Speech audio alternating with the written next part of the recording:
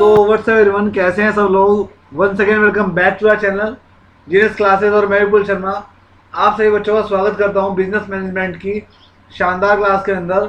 और मैं business management के अंदर आज आपके लिए टॉपिक लेकर के आया हूं, मैनेजमेंट प्रोसेस और scope of management. Last time मैंने बताया था, बट आज फिर से आपको प्रोसेस के बारे में बताऊंगा कि प्रबंध की प्रक्रिया क्या होती है। इसको बीकॉम और बीबीए स्टूडेंट्स देख सकते हैं, ठीक है ना। तो चलिए शुरू करते हैं। जो लोग फर्स्ट टाइम आए चैनल को सब्सक्राइब करें एंड साथ में बेल आइकन प्रेस कर दीजिए। आइएगा, सबसे पहले टॉपिक को पढ़ते हैं। क्या दिया हुआ है टॉपिक में? Briefly, there are 5 core function that constitute scope of management functions और प्रोसेस ऑफ मैनेजमेंट। यानी कि जो प्रबंध की प्रक्रिया है वो किस तरीके से है। सबसे पहले देखो, ये दिया हुआ है मैनेजमेंट फंक्शन क्या है? प्लानिंग, प्लानिंग से ऑर्गेनाइजिंग, ऑर्गेनाइजिंग से स्टाफिंग, स्टाफिंग से डायरेक्टिंग, डायरेक्टिंग से कंट्रोलिंग और कंट्रोलिंग से फिर दोबारा प्लानिंग। समझ गए ना आप लोग? तो यही प्रोसेस होता है। सबसे पहले आइएगा, अब वन बाय वन हम हेडिंग के थ्रू पढ़ते हैं।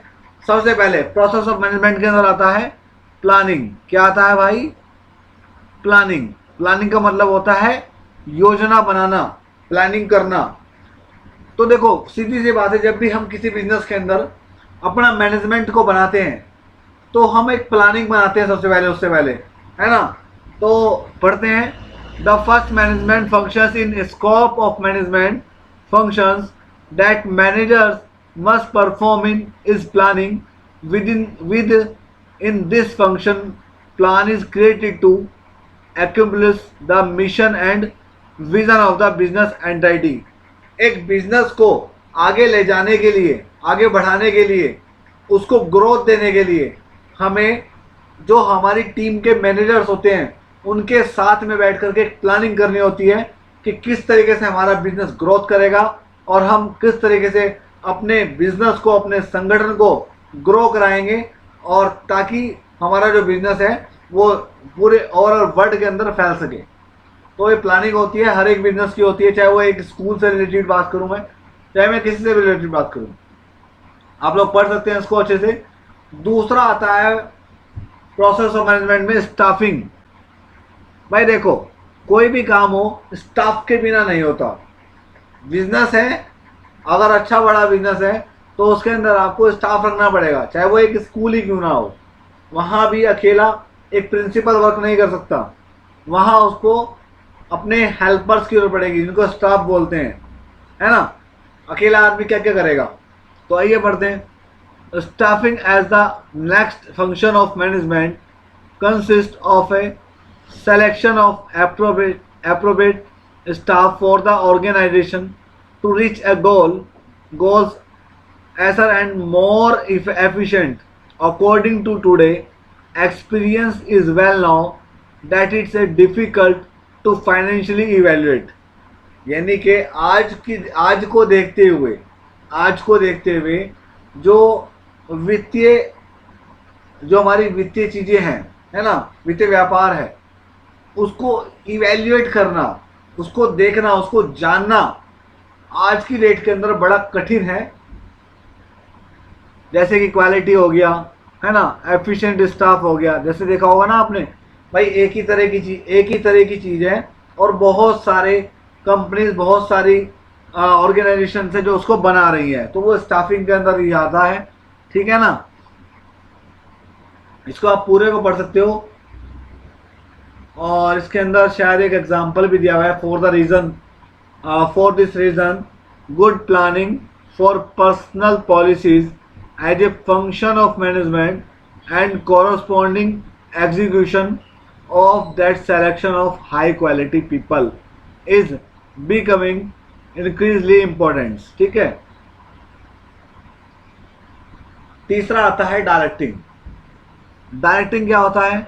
Direction is an important marginal function through which management identifies action in the organisation. मतलब किसी भी बिजनेस के अंदर डायरेक्शन मिलना बहुत इम्पोर्टेंट होता है, बहुत ज़रूरी होता है। डायरेक्शन के बिना हम वर्क नहीं कर सकते। जब तक हमें कोई संकेत नहीं दिया जाएगा, हमें डायरेक्शन नहीं दी जाएगी किस तरीके से हमें वर्क को ले जाना है, तब तक हम वर्क को नहीं कर पाएंगे।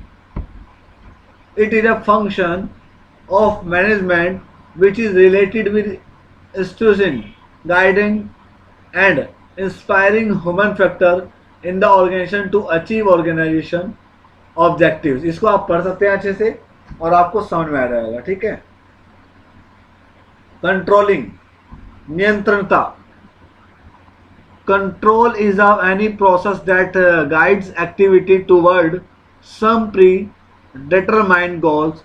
It can be apply in any field such as price control, distribution control, pollution control etcetera, है ना भाई। बिजनेस के अंदर किसी भी फील्ड के अंदर अगर हम हो तो हमें क्या करना पड़ता है, अपने प्राइस को भी नियंत्रण रखना पड़ता है, अपने डिस्ट्रीब्यूशन को भी कंट्रोल करना और पॉल्यूशन को भी कंट्रोल करके चलना होता है।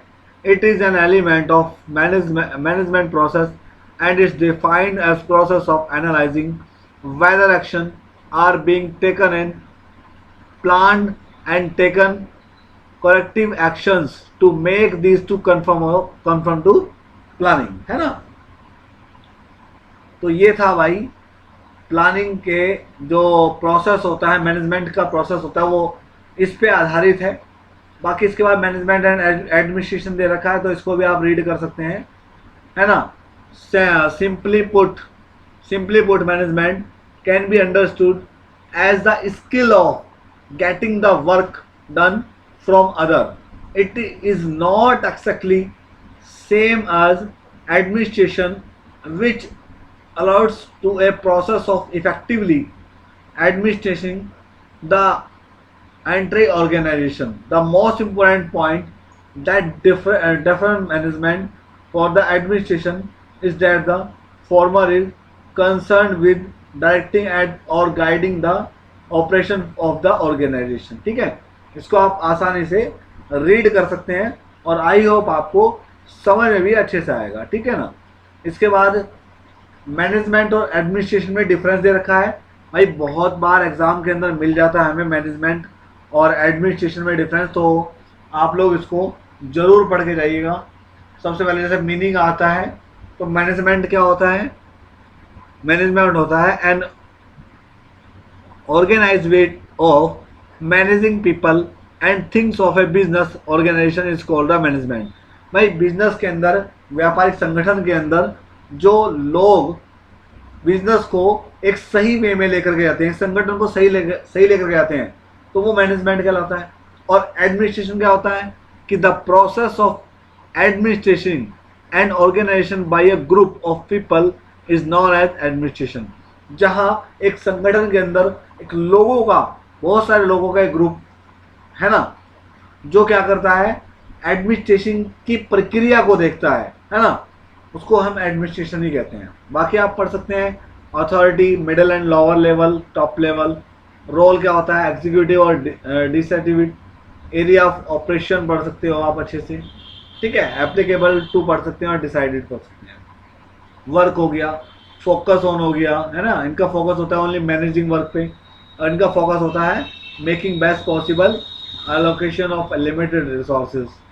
और की पर्सन पढ़ सकते हैं, रिप्रेजेंट फंक्शन, ठीक है, ये सभी आता है। बाकी बात जो होगी वो नेक्स्ट वीडियो के अंदर होगी। अभी के लिए हम इतना ही रखते हैं और आई होप आपको क्लास अच्छी लगी होगी, और अच्छी लगी है तो भाई लाइक जरूर करना, शेयर जरूर करना और कमेंट जरूर करके बताना कैसी लगी। कुछ पूछना है आपको, कुछ भी रिगार्डिंग ओनली स्टडी, आपको कुछ भी टॉपिक में प्रॉब्लम आती है तो आप उसके लिए मेरा टेलीग्राम ग्रुप ज्वाइन कर सकते हैं, जिसका लिंक डिस्क्रिप्शन में दिया गया है। वहाँ अपनी आप क्वेरीज रख सकते हैं। और साथ ही अगर आपने चैनल को सब्सक्राइब नहीं किया तो भाई सब्सक्राइब जरूर कर दीजिएगा, बिकॉज आप ही लोगों के लिए बनाया गया चैनल, आप लोगों की हेल्प के लिए, आप लोगों को सपोर्ट के लिए, और आप लोगों को आपके एग्जाम में इंपॉर्टेंट देने के लिए ही ये चैनल क्रिएट किया गया है। तो भाई आपका चैनल है, सपोर्ट करें ज़्यादा ज़्यादा, ठीक है। चलिएगा, अब आपसे मिलेंगे नेक्स्ट क्लास के अंदर, तब तक के लिए bye and take care all of you.